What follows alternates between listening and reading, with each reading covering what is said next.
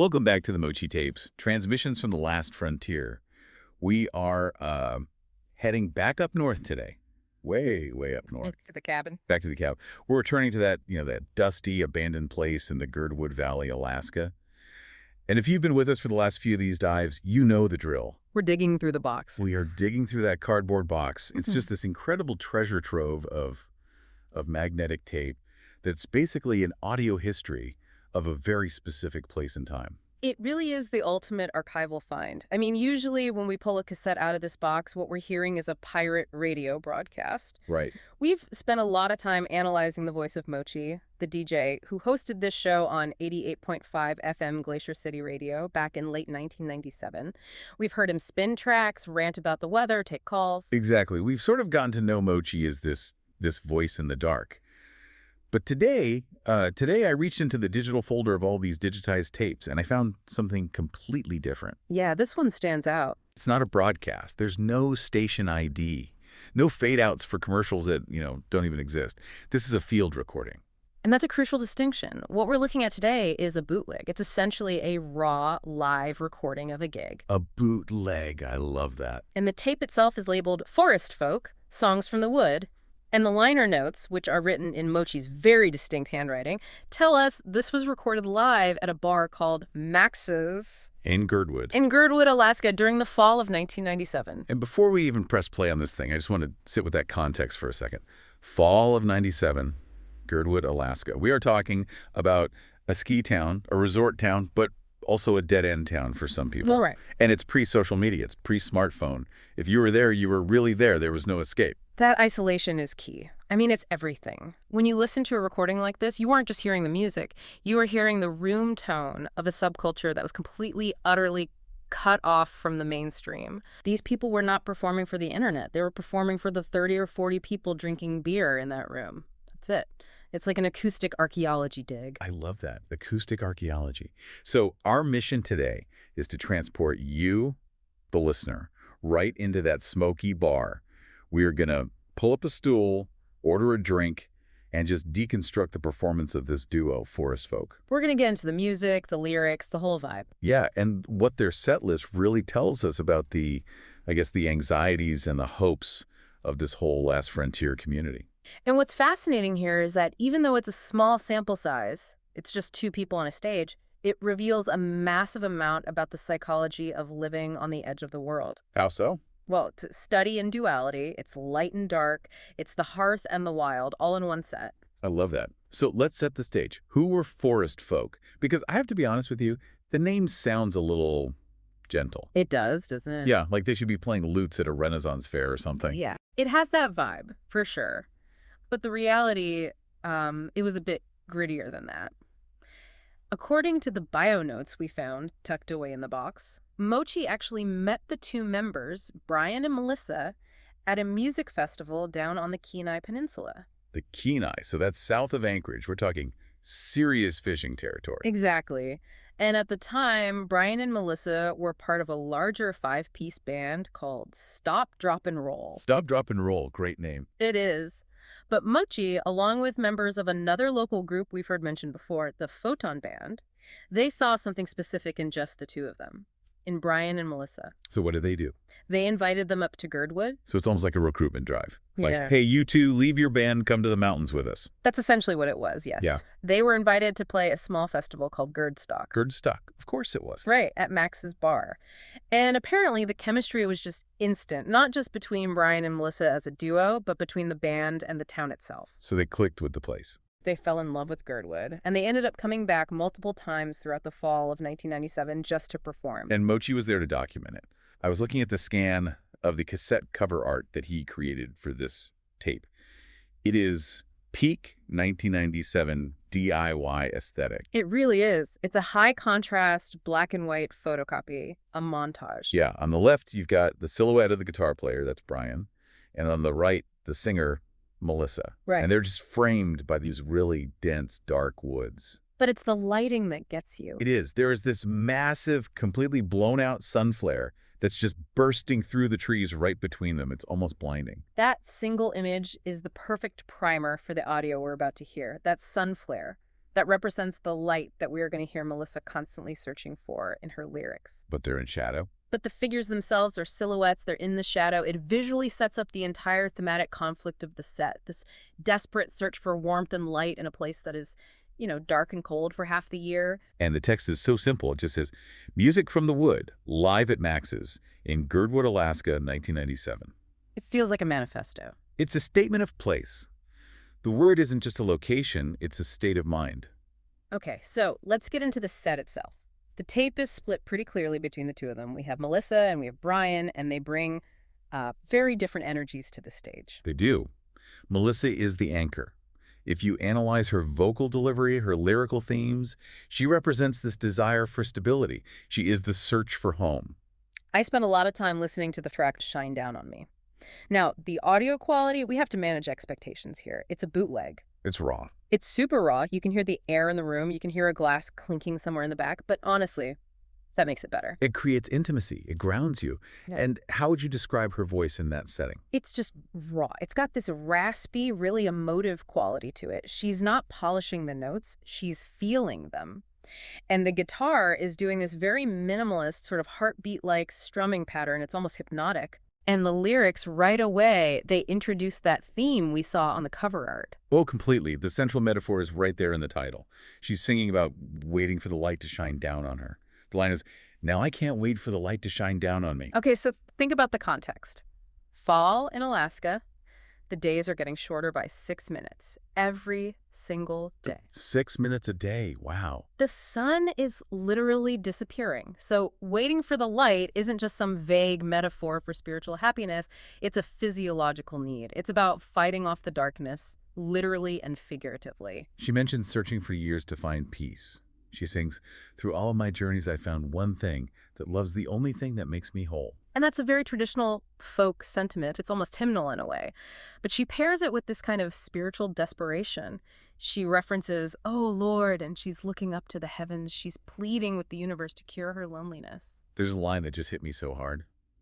"Lived my life downhearted with a loneliness that chilled me to the bone." Chilled me to the bone. There it is again, the environment seeping right into the lyrics. In Alaska, the cold is a predator. It's a character in the story. It chills you to the bone. And she's using that physical sensation to describe her emotional state. But the song does resolve in hope. She believes she won't be alone in the end. And when the song finishes, you hear the applause. And it's startling because you suddenly remember, oh, right, she just poured this incredibly vulnerable prayer out to a room full of people drinking beer and wearing flannel. That's the paradox of the bar gig, isn't it? You are stripping your soul bare while someone in the back is ordering a pitcher of amber ale. But that vulnerability, that's what connects. It bonds the room. And that theme of searching for a happy place, a home, it just continues right into the next track, Country Girl. This one felt different to me, though. It was less of a prayer, more of a story. It's a narrative song for sure. It follows a very specific, almost classic arc. It starts with the fairy tale setup. Once upon a time, there was a girl, eyes of blue, hair of gold. She establishes the innocent archetype immediately. And what is the innocent's ultimate dream? Well, it's the American dream, right? She wants a family. Yeah. A house full of love. She wants to grow old with somebody. But, as is so often the case in these folk narratives, the dream hits a wall. Big time. She finds a man, but the lyrics, they imply he brought her down, that he treated her poorly. So what does she do? She flees. She moves to the city. And this is the classic city mouse versus country mouse conflict. In the song, the city is where she initially feels like she can finally breathe. She works in a garden, but does it last? No, it's a false promise. The city isn't the answer either. She ends up moving back to the country, and she meets a country boy just up the road. And the resolution, the happy ending, is them just sitting on the porch, singing because being together makes them happy. Now, think about the audience at Max's bar. Girdwood is a town that is defined by not being the city. It's separated from Anchorage by 40 miles of, frankly, a pretty dangerous highway. It's separated from the lower 48 by an entire country. When Melissa sings about rejecting the city and finding true happiness on a porch in the country, she is validating the life choices of every single person in that room. She's telling them, you were right to drop out. You were right to move to the woods. Exactly. It's a reinforcement of their social identity. The song says that real happiness isn't in the hustle, it's in the simplicity. But then, But then she throws a curveball that I absolutely did not see coming on a folk tape from 1997. I know which one you mean. She covers Bon Jovi. Cowboy, or as most people know it, Wanted Dead or Alive. Right. But the tape list just calls it Cowboy. Yeah. And honestly, hearing a raspy acoustic folk version of this massive, 80s arena rock anthem, it just hits differently. It completely recontextualizes the lyrics. When Bon Jovi sings it, it's about the burden of being a rock god. It's about private jets and stadiums. When Melissa sings it in a tiny bar in Alaska, lines like, "I'm a cowboy, on a steel horse I ride," take on a totally different weight. I've seen a million faces and I've rocked them all. Yeah. In this context, it feels so much less about fame and more about just the pure weariness of being on the road. She sings about driving all night just to get back home. And that line, "Sometimes you tell the day by the bottle that you drink," that resonates so heavily in a seasonal worker town. Girdwood attracts people who are, by nature, transient. Drifters. They're drifters. People who work the fishing season, then they work the ski season. They're always moving. Faces are so cold, it's that feeling of isolation again. It keeps coming back. Exactly. It connects right back to Shine Down on Me, the loneliness.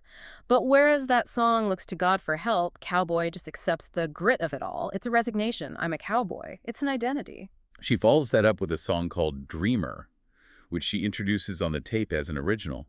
This one felt like she was stepping away from the characters, Yeah. the country girl, the cowboy, and talking about herself again. Yeah, it addresses the internal struggle much more directly. She admits to standing on the brink of insanity. I mean, that is a heavy, heavy admission.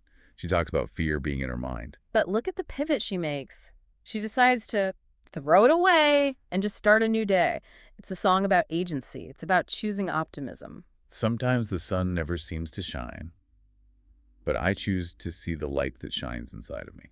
There it is again, the internal sun versus the external lack of sun. That's the whole theme. It suggests that for this community, or at least for Melissa, survival is a mental game. You have to manufacture your own light when the environment refuses to provide it for you. And finally, for her part of the set, we have Think Twice. This one feels like the thesis statement for why anyone moves to the woods in the first place. It really does. The central conflict here is the commotion and confusion of daily life. She's just tired of it. She wants to wake up with sunshine on her face. We can't escape the sunshine motif and see nothing but. Yeah. Well, the tape says nothing but in the place, which I take to mean just peace, just open space. She explicitly mentions having an idealistic view. She believes people should be living in a home society, living in love. A home society. That sounds almost utopian, like she wants to start a commune or something. It's very consistent with the counterculture vibe of the late 90s, especially in the Pacific Northwest and Alaska. This idea that mainstream society is noisy and confused, and the answer is to get out just for a minute, to think twice. So Melissa's set is this beautiful, cohesive journey. I'm lonely, the world is cold, the city is bad, but if I look inside myself and I find a simple life, I can find the sun. It's lovely. She is the hearth. It is. It's grounding. But then we have Brian. Oh boy, Brian, talk about a pivot. If Melissa is the hearth, Brian is, I don't know, blizzard outside, the wolf at the door. Brian is the wild. He is the chaos. And what makes Forest Folks so fascinating as a concept is that you have these two people, who were a couple at the time, sharing a stage, but presenting two completely different ways of processing the world. Right. Melissa looks inward for peace. Brian looks outward and sees, well, hallucinations. Let's start with his first track, Together in Heaven. Now, the title sounds sweet, Together in Heaven, but the lyrics are intense. It's a love song, ostensibly, but it just vibrates with anxiety. He starts with this grand cosmic imagery. Souls were once together in heaven, danced in the clouds, flew with the dove. It's very predestined soulmate stuff, classic folk trope. But then he slams right into this carnal desperation. The line is, I see your legs and I want to beg. It's a jarring shift, isn't it? 1 minute we're flying with the doves, and the next we're on the floor begging over someone's legs. And then I see your lips and I want to kiss. And I see your eyes and I want to cry. It feels a bit manic, almost unhinged. It completely lacks the calm resolve of Melissa's songs. Brian's delivery and his writing, it just seems to be vibrating at a much higher, more chaotic frequency. He talks about being together since the first raindrop fell. The time of creation. The time of creation. It's this huge cosmic imagery applied to a crush. It feels obsessive. And that vibration gets explicitly chemical in the very next track, which is called Microdots. Okay, we have to pause here. Microdots. For anyone who's uninitiated, we are talking about a specific delivery system for LSD. And he doesn't even hint at it. He's not using clever metaphors. He just lists the menu. Microdots, shrooms, cocaine. But this isn't a party anthem. This is not let's get high and have fun. This song sounds terrifying. It's a bad trip song. Or at the very least, a very, very complicated one. He mentions head rushes and trips that kill. He says, I can't come down because you know it. I'm in mental pain. Mental pain. That is such a stark contrast to the sunshine that Melissa was singing about just a few minutes before. Melissa was fighting insanity by finding inner light. Brian is inducing insanity and finding mental pain. But the imagery he uses to describe the hallucination, I mean, it's incredibly vivid. Turquoise mountains, tangerine skies, bushes that talk, burnt sienna stars. A sun wrapped in silver spreading wisdom. That is genuine psychedelic poetry. He captures the beauty of the altered state, the golden meadows where wizards abide, but he crashes it against the stark reality of the inability to stop. He keeps repeating the line, born again and again and again. It just sounds exhausting, being stuck in this loop of rebirth while, snorting cocaine. This song really reflects the darker side of those counterculture elements you often find in these remote towns. People go there to escape, but sometimes they just bring their habits with them. Or they use substances to cope with the profound isolation. Absolutely. It's not all acoustic guitars on the porch. Sometimes it's wizards and trips that kill. It's the reality of the ski bum lifestyle. It's high highs and very, very low lows. That gritty realism continues in his next song, Rose-Colored Glasses. But here he kind of steps out of his own head and looks at the society around him. He adopts a persona here. He sings, now I'm a stew bum, I got fingerless gloves. A stew bum? That's an old-school term for a vagrant or a drunk, right? It is. He's embodying the marginalized. And from that vantage point, he sets up another contrast. On one hand, nature is this benevolent force.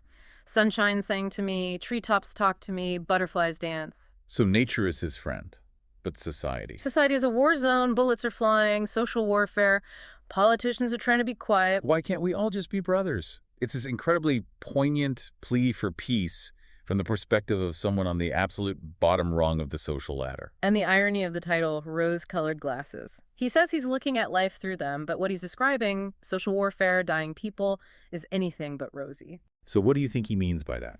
It suggests that maybe the rose-colored glasses are the only way to survive that reality. Or maybe he means that the drugs, the microdots, are the rose-colored glasses that allow him to see the talking treetops. It feels like he's seeing the beauty of nature in spite of the ugliness of human society.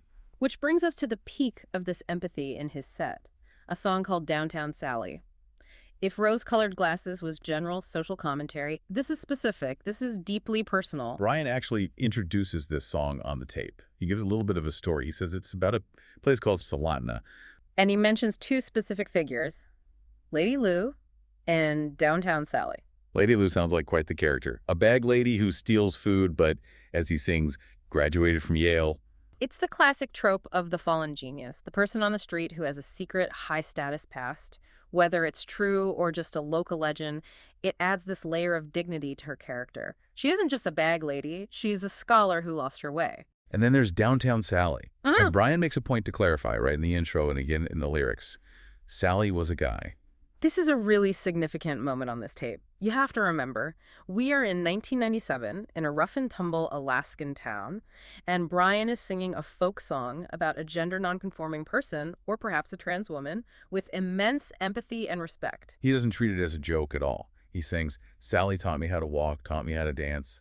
There's a mentorship there, a real friendship. And a lot of tragedy. Downtown Sally, her daddy died, her mommy died, her best friend died.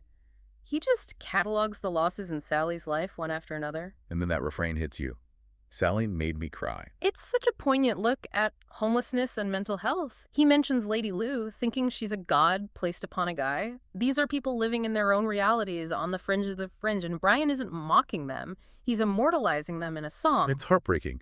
So you have Melissa singing about wanting a home and Brian singing about the homeless. That's the synthesis, isn't it? That's the forest folk identity in a nutshell.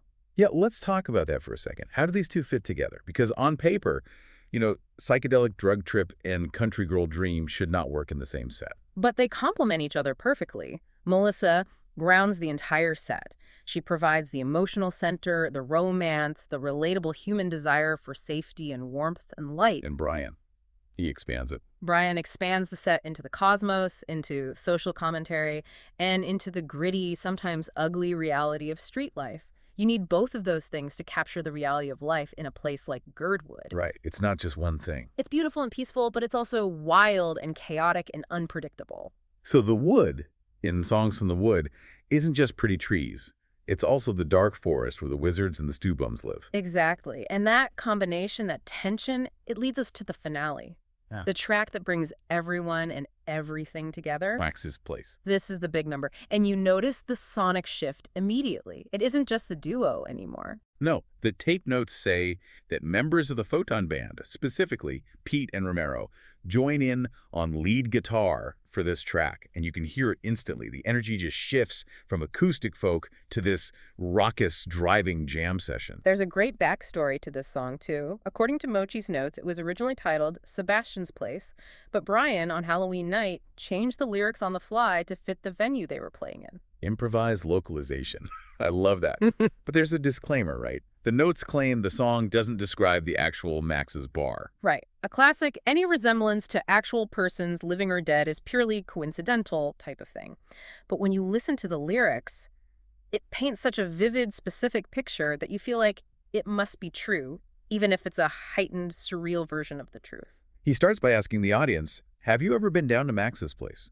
And then he just introduces the cast. And what a cast it is. Let's run through them. We have Max himself in his finest suit, a lover of the Lord with scripture tattoos. A religious bar owner in a fine suit with scripture tattoos. I mean, that is a character you cannot invent. Then there's a midget upstairs throwing whiskey bottles from a screen window. Pure chaos. Just pure, beautiful chaos. 3 old ladies with hard tongues. A gypsy lady with 2 web toes. A Hell's Angel bouncer.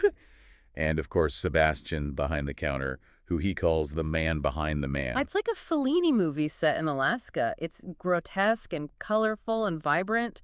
It just captures the melting pot nature of a frontier bar where all these disparate, lost souls collide in one room. And the lyrics get even wilder from there. He starts referencing biblical figures in these completely absurd situations. Noah building a boat out of the backyard. Moses asleep while kids throw rocks. Samson looking for his girlfriend. He's elevating the drunks and the outcasts of this bar to mythical status. He's saying, this bar is biblical.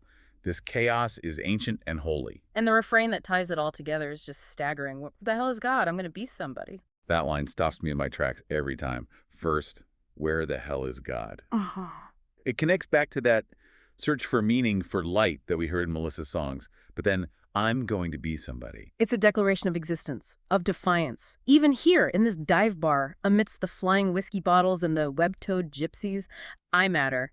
I am going to be somebody. And the energy on the tape is just infectious. You can hear the crowd getting into it. The guitars from Pete and Romero are just driving it harder and harder. It sounds like a party that is teetering on the edge of spiraling completely out of control. It captures the frantic energy of a long winter night where everyone is just trying to feel something. And then, just like that, it's over. The song ends. They sign off. Happy Halloween. Come check us out Sunday. It snaps you right back to reality. The spell is broken. The house lights come up. It was just a gig. It was just one Halloween night back in 1997. So that begs the big question. What happened to Forest Folk? Did they find their light? Did Brian ever come down from the tangerine skies? Well, as is so often the case with these fleeting moments, the band itself was very short-lived. The notes say that Brian and Melissa were a couple, but they broke up. And the aftermath of that breakup, it sort of reflects their songs, in a way. Brian disappeared from view. He just drifted off, maybe like the cowboy or the stew bum in his own songs. We don't really know where he went. He just rode that steel horse to somewhere else. And Melissa? Melissa stayed. She put down roots in Girdwood. She continued to write music and perform under the name Homegrown with a friend of hers named Dawn on bass. In a way, she found that home society she was singing about. Wow. It's a bittersweet ending, but it feels right somehow. The duo couldn't survive, but the music survived in this box. It does. This tape, Forest Folk, Songs from the Wood, it's a perfect time capsule. It caught them right at that intersection, before the breakup, before the drift. It captured the specific chemistry of their 2 voices and the specific atmosphere of that bar on that night. It really makes you wonder, doesn't it? I mean, how many other tapes like this are out there? How many other Brians and Melissas poured their hearts out into a microphone in some smoky bar or remote cabin, and the only proof that it ever happened is a dusty cassette in a forgotten cardboard box. The world is full of them. That's the real beauty of archives, like the Mochi tapes. They remind us that creativity is happening everywhere, all the time, even in the most remote corners of the map. And sometimes, if you're just incredibly lucky, someone hits record. Well, I'm certainly glad Mochi hit record on this one. It's been a trip, literally and figuratively, from the desperate search for sunlight to the psychedelic tangerine skies. Absolutely. Keep searching for the light. That's going to do it for this deep dive into the Mochi tapes. We'll be back next time to pull another cassette from the box and see what other sounds are hiding in the Girdwood Valley. Until then, keep listening.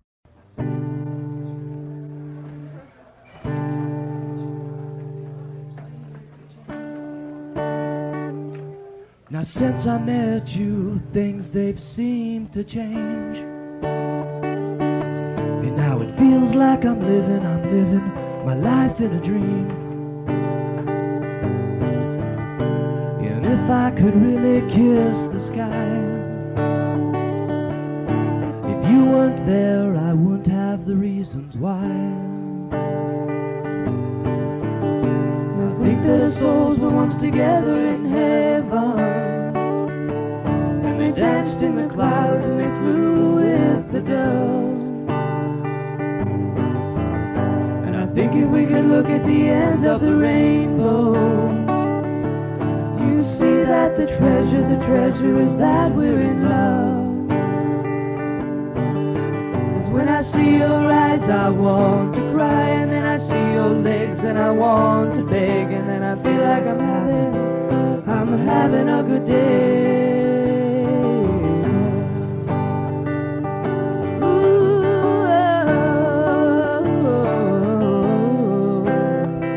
together in heaven. I think that our lives have been surrounded by angels, and the flowers around us have never seemed to lost their smell.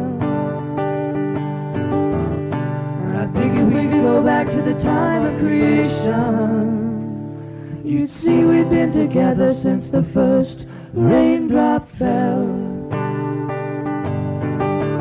When I see your eyes I want to cry, and then I see your legs and I want to beg, and then I feel like I'm having a good day.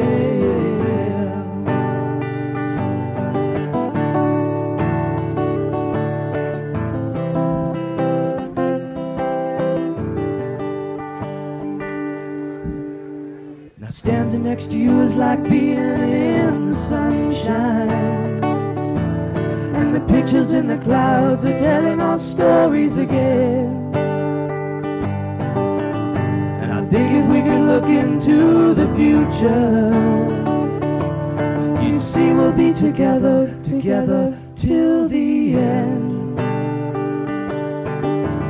When I see your eyes I want to cry, and then I see your legs and I want to beg, and then I feel like I'm having a good day. And then I see your lips and I want to kiss, and then I see your eyes and I want to cry, and then I feel like I'm happy deep inside.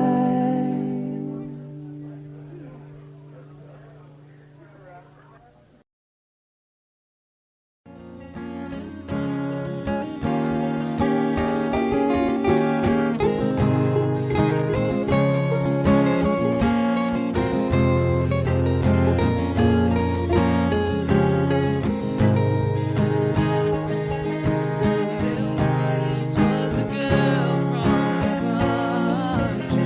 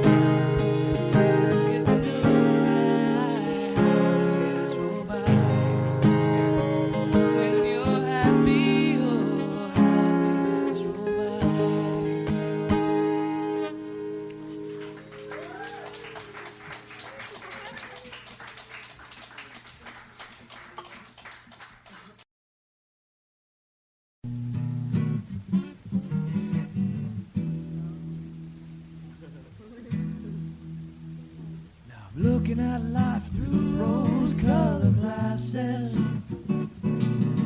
Even though things, they don't always go my way. And I'm trapped in a maze of ever-changing faces.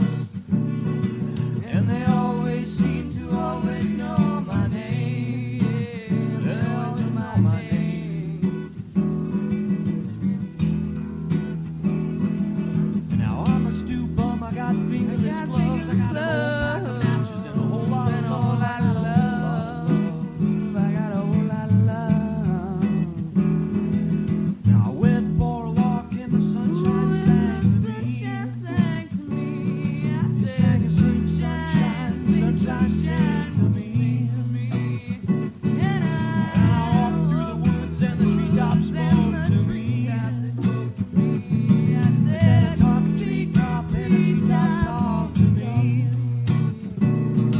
And I walked through the fields and the butterflies danced for me. And the butterflies danced. And I walked through the woods and the treetops spoke to me. Yeah, the talk and the talk, the treetop. I walked through the woods and everything going crazy, crazy for me.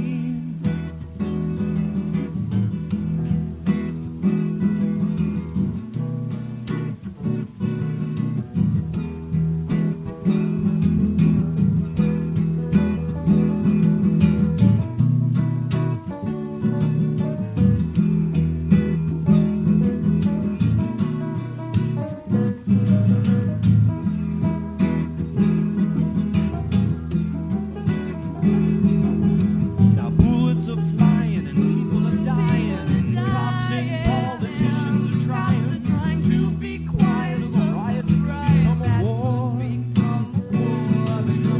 Social warfare, what a bother. Why can't we all just be brothers? Changing faces on ourselves like books of poems.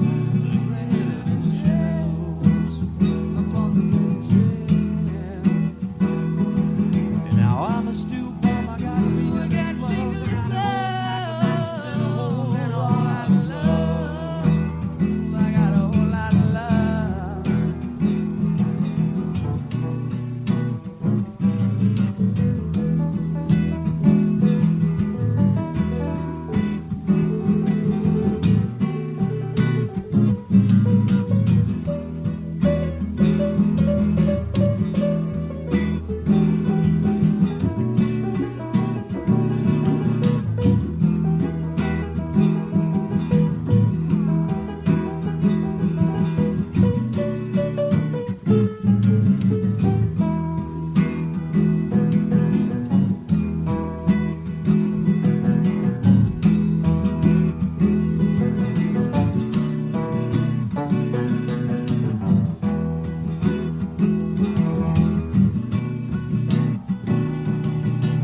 Looking at life through those rose-colored glasses.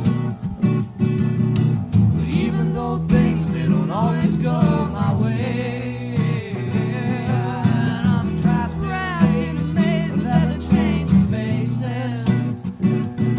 And they always seem to always know my name. And they always know my name. Bullets are flying and people are dying. The cops are trying to be quiet. The riot that could become a war, Social warfare, what about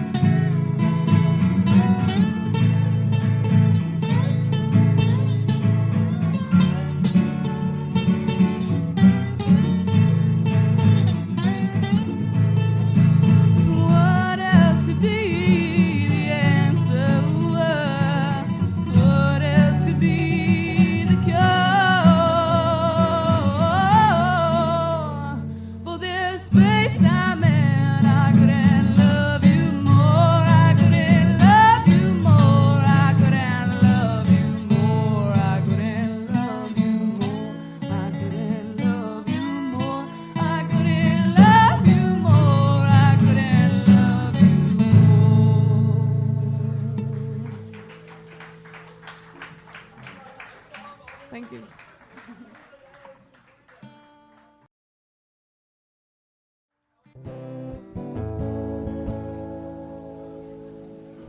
Now there's head rushes and there's trips that kill, and there's micro dots, yeah, they're nasty little pills. You're gonna have to eat the shrooms, 'cause you know you'll be born again and again and again and again. I can't come down, 'cause you know it will not. And I see myself, I'm in mental pain, and I cannot stop snorting cocaine. And everything is going so crazy in my brain. Lately I feel so damn insane. But I see turquoise mountains and tangerine skies and apple golden meadows where wizards abide, and bushes wheel out through the trees that can walk, and children that sing with the flowers that talk. And there's an dingo wheat field and burnt sienna stars, and a sun wrapped in silver spreading wisdom afar. And there's a deep purple path through the forest green cloak. Yeah, I said there's a deep purple path through the forest green cloak. And there's head rushes and trips that kill, and micro dots, yeah, the nasty little pills. And eat the shrooms, 'cause you know you'll be born again. I can't come down, 'cause you know it will not. I see myself, I'm in mental pain, and I cannot stop snorting cocaine. And everything is going so crazy in my brain. Lately I feel so damn insane. I got a head rushes, trips that kill, and micro dots, yeah, the nasty little pills. And eat the shrooms, 'cause you know you'll be born again and again and again and again. I can't come down, 'cause you know it will not. And I see turquoise mountains and tangerine skies and apple golden meadows where wizards abide, and bushes wheel out through the trees that can walk, and children that sing with the flowers that talk, and in dingo wheat fields and burnt sienna stars, and a sun wrapped in silver spreading wisdom afar. And there's a deep purple path through the forest green cloak. Yeah, I said there's a deep purple path through the forest green cloak. I said there's a deep purple path through the forest green cloak.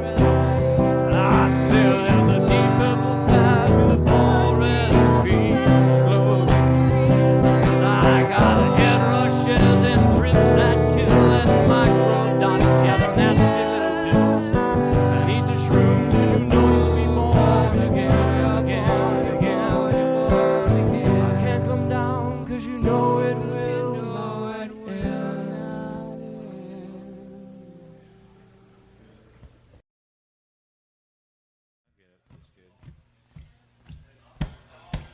You guys carry on.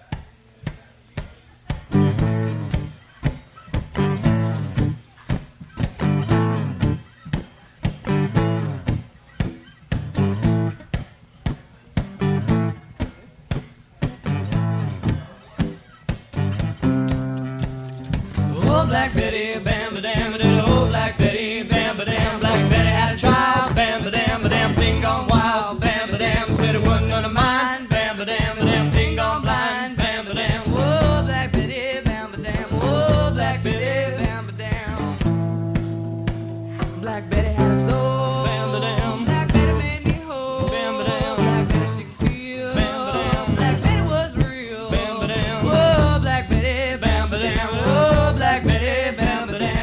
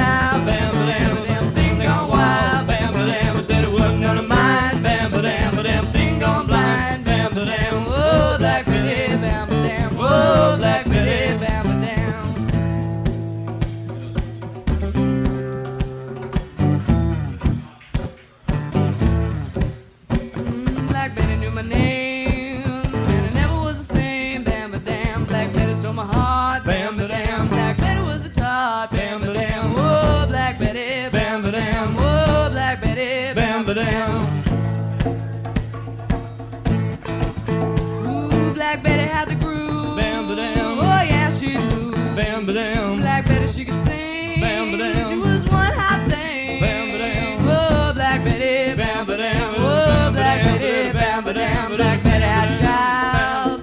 Damn thing gone wild. Bam ba dam. Said it wasn't none of mine. Bam ba dam. Damn thing gone blind. Bam ba dam. Oh, Black Betty, Black bam ba Betty. dam. Oh, Black Betty, Black bam ba Betty. dam. Oh, Black Betty.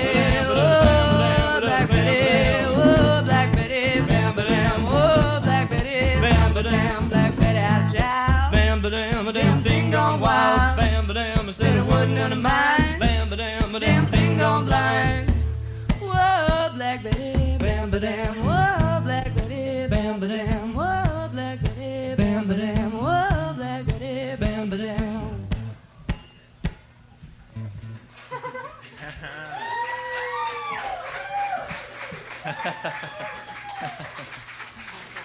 We're being bombed.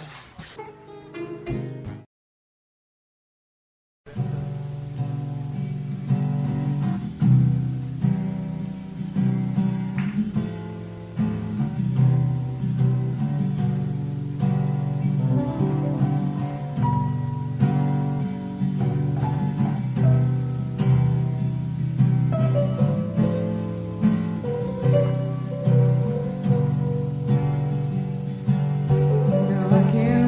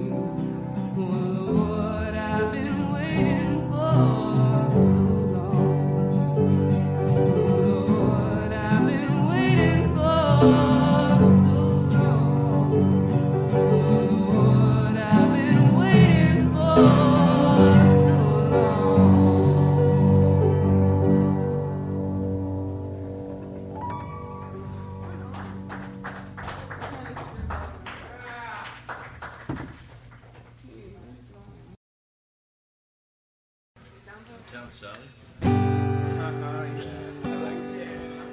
They were from Soldotna, you guys, and down in Soldotna there's only, in all the years that I lived there's only one bag lady, and she died when I was a kid, and now there's like one other bag lady. And so this is a song about the two. That might not be a lady. Yeah, that might not. The second one isn't exactly a lady, but this is about those two people. Looks like it might be a lady. Downtown Sally walk around at night, singing opera so loud and gay. And Lady Lou, she'd steal my food, even though she graduated from Yale. 'Cause downtown Sally was a guy. Downtown Sally made me cry. Lady Lou, she taught me how to walk. Downtown Sally taught me how to talk, and Lady Lou taught me how to dance. 'Cause downtown Sally was a guy. Downtown Sally made me cry. And Lady Lou, she taught me how to walk. Downtown Sally taught me how to talk. Lady Lou, she'd stand in the parking lot, just a thinking she's a car placed upon in its slots. Downtown Sally was a guy, and Sally made me. Downtown Sally made me cry, and Sally made me cry.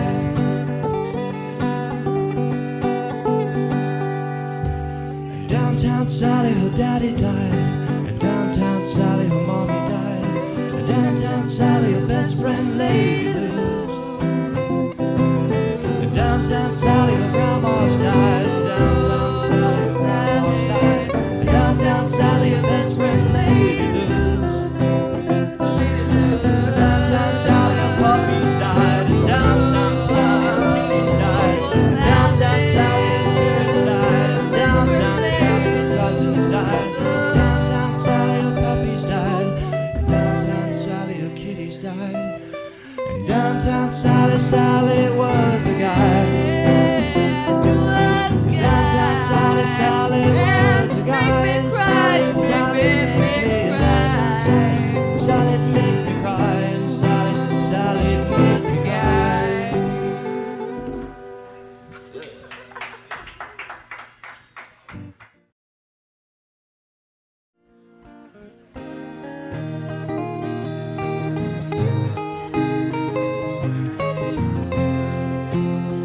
This song's called Dreamer, you guys. It's one of our originals.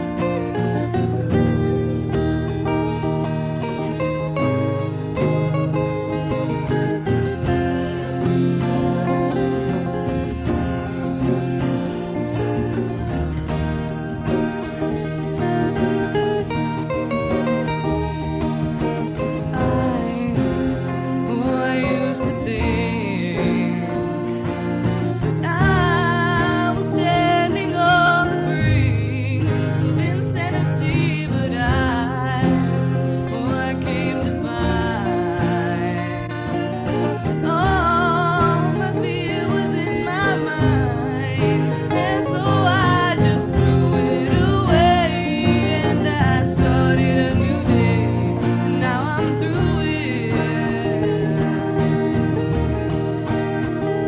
Oh, and dreams, oh, they used to be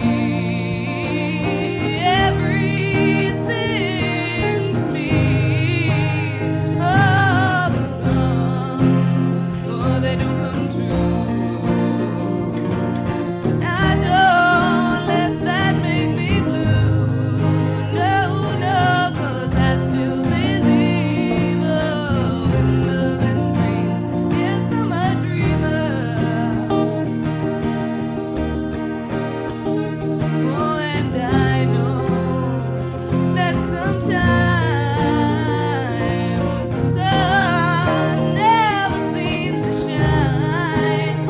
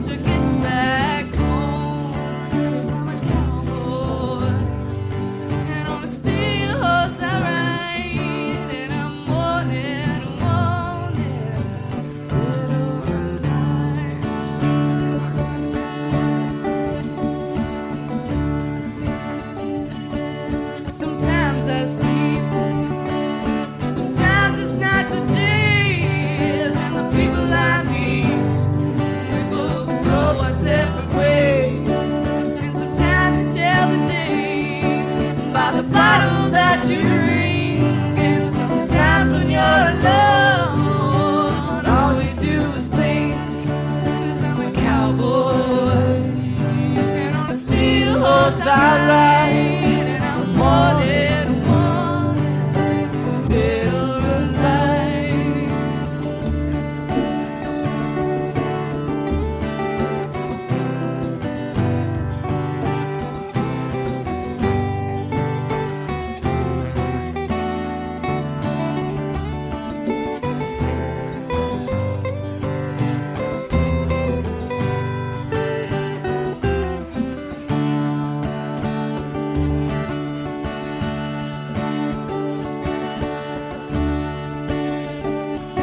Well, I walk these streets with a six-string on my back, and I'm playing for keeps, 'cause I might not make it back.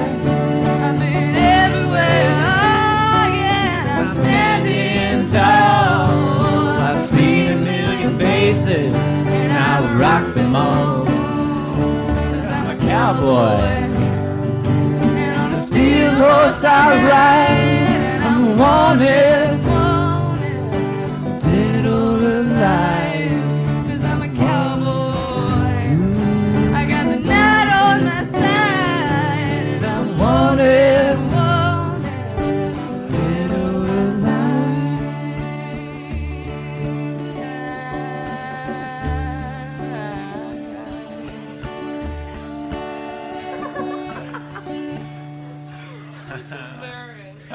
Yeah.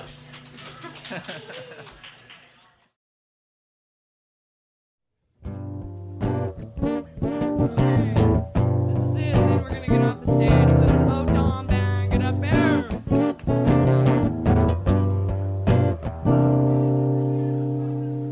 Now Max has got on his finest suit. He's a lover of the Lord with scripture tattoos.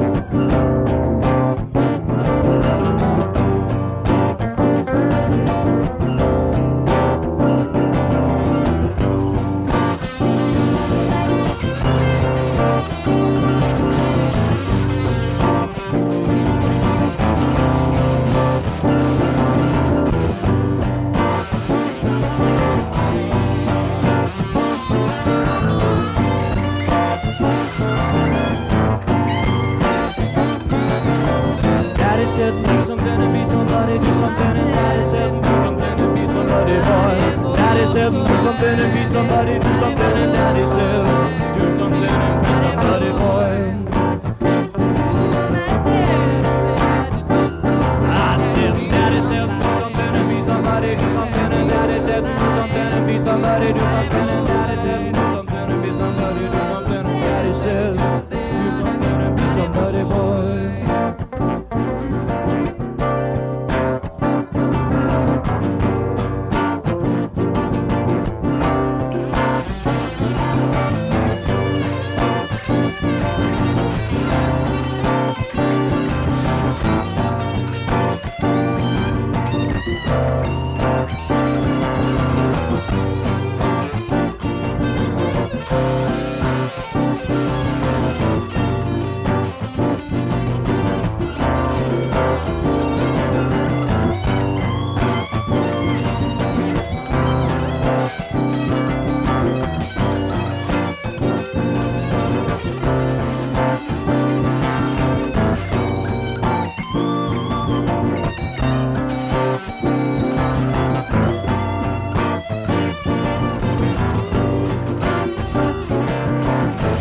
Spent the night, put money down by the liquor store.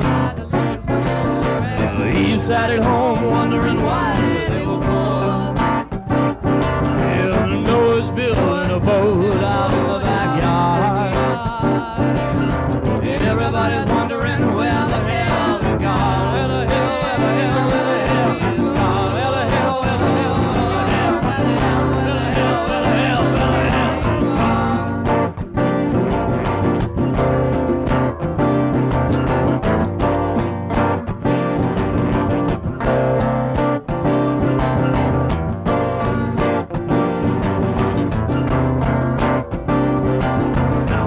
She's pregnant and she found out yesterday.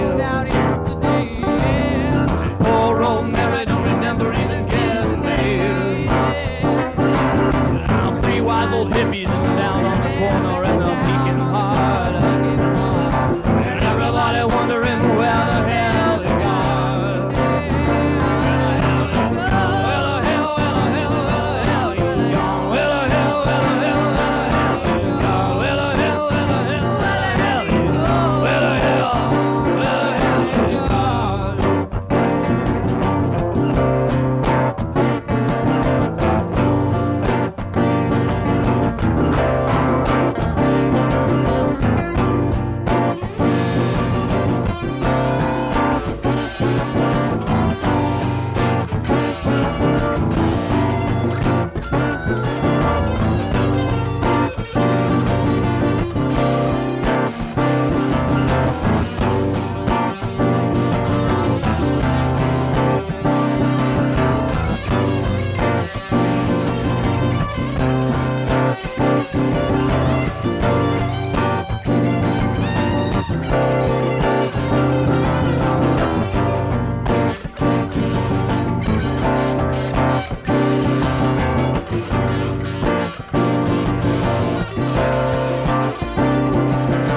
Samson is down at the barber, he's cutting his hair.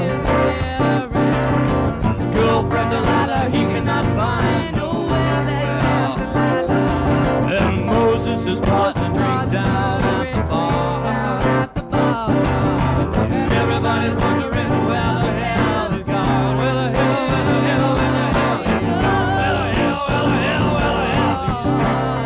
Where the hell, where the hell he's gone. Where the hell, where the hell, where the hell God's gone. Where the hell, where the hell he's gone.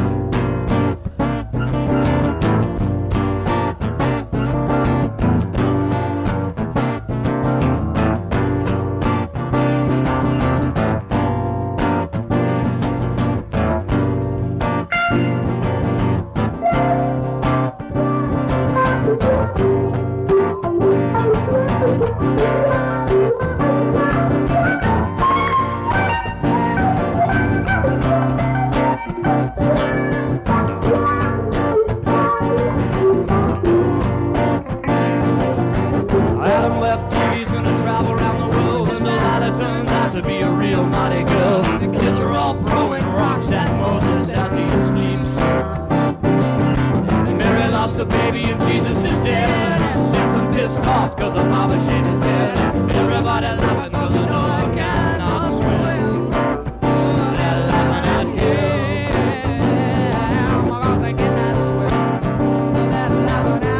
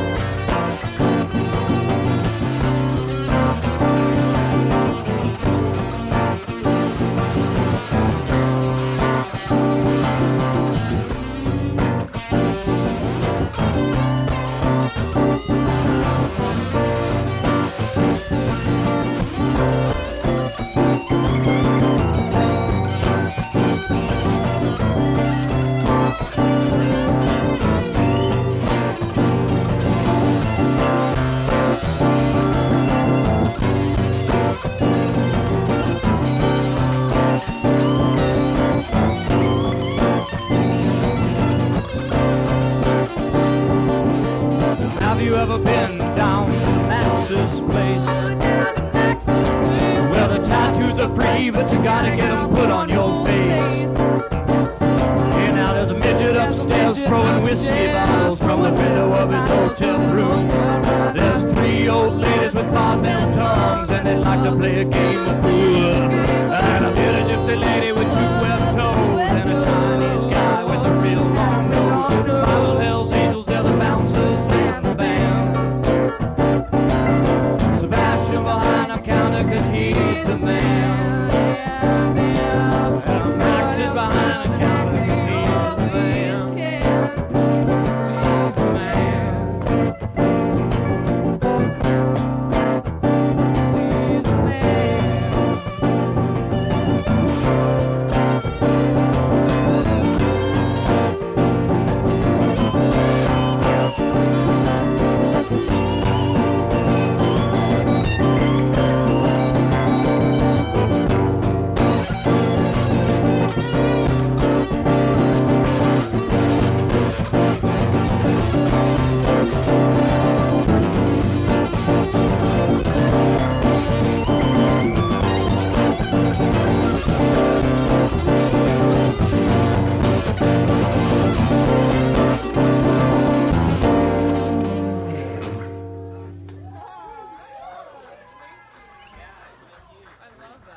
Hey, that was Forest Folk. Come check Thank them you. out Sunday.